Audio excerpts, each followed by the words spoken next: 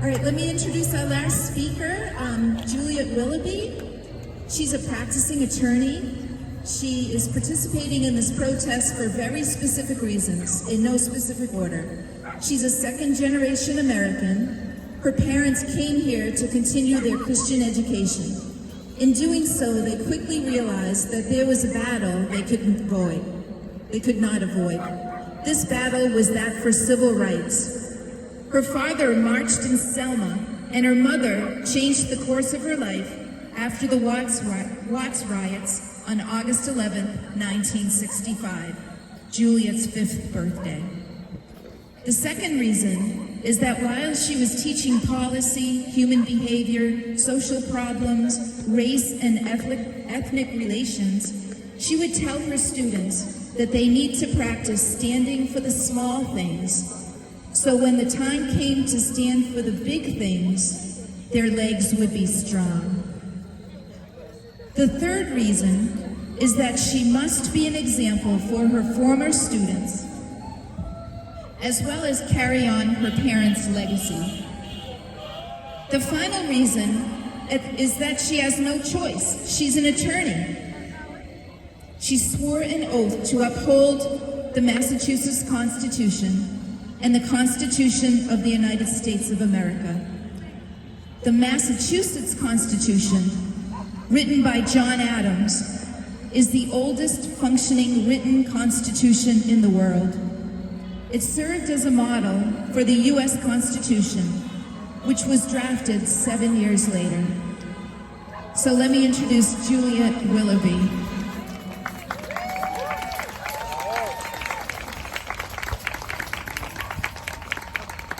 Hello, I am so proud of you all being here. It takes great guts at this day and age. I struggled with deciding what to speak about today. As I woke up, once again, my face was wet for the tears that I shed for my country.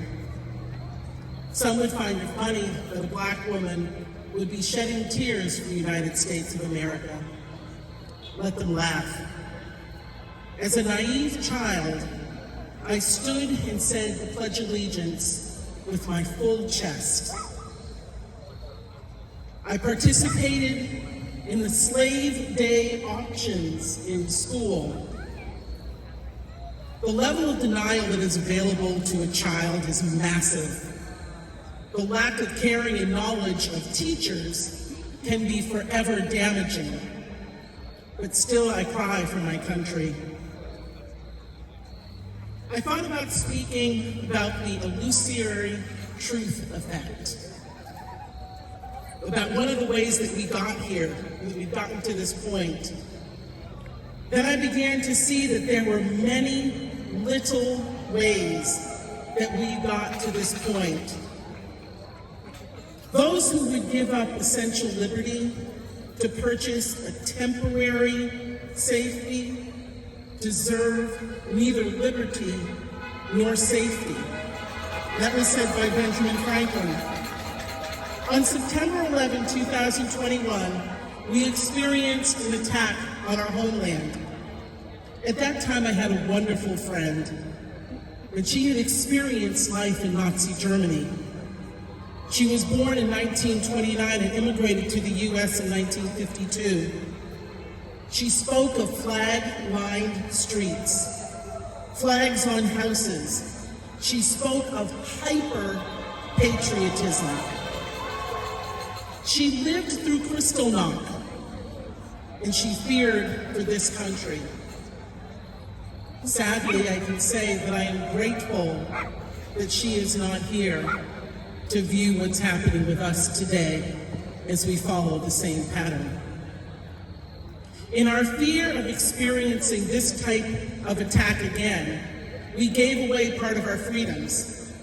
We got the Patriot Act and other things, and on its face it was almost wonderful, but we gave up some essential liberties. Liberty to purchase temporary safety, and then we started to eat our own. As we listen to the dog whistle of anti-illegal immigration, in fact, it's anti-immigration, unless you are white South African, what essential freedoms are you giving away, and to whom are you giving them? The first truth is that liberty of democracy is not safe if the people tolerate the growth of private power to a point where it becomes stronger than the democracy itself. That, in essence, is fascism. Ownership of government by an individual, or by a group, or by any other controlling private power. Among us today, there is a concentration of private power without equal in history. That was by Franklin Delano Roosevelt, April 29, 1938, just before the official start of World War II.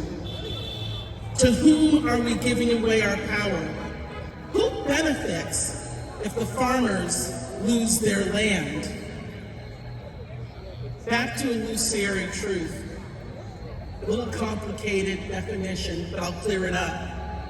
It is a tendency for people to believe information is true after hearing it multiple times. It's the cognitive bias, and it's often due to processing fluency, where the brain processes familiar information. So what does all that mean?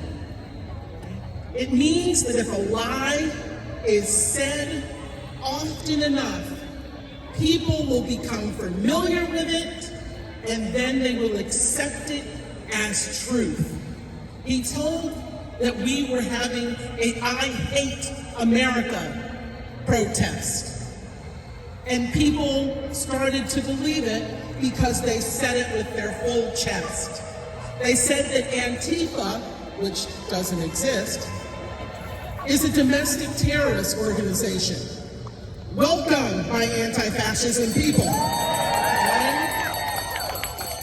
But he said it loud enough, and he has lied so often that people now believe his lies are true because he said it enough time.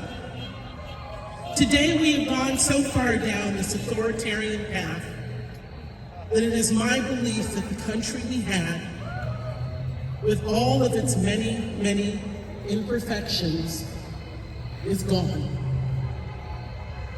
We need to figure out what we want our country to look like after we pass through this vortex. What are we willing to stand for, to fight for? What are we willing to lay down our bodies for? Rarely is power willingly relinquished once it is gained. We had to fight for our freedom in the Revolutionary War. The king did not want to give up his power, nor did his sycophants. Now we have willingly given power to a would-be dictator who told us exactly what he was going to do. The dog whistle, fear, and apathy that put him and his followers in the White House, we allowed that. Apathy allowed that. And today you are showing that apathy is no longer going to be tolerated.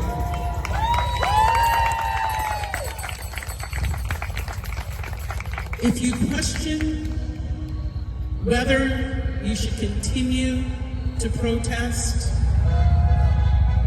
you don't have to question it anymore. Because look at all the people who are here with you. And the other reason we don't have to question it is because we know that it's bothering the living daylights out of him, or he would not have tried to cancel it before we started. Let's keep acting up, acting out, and making noise. Thank you so much, Juliette.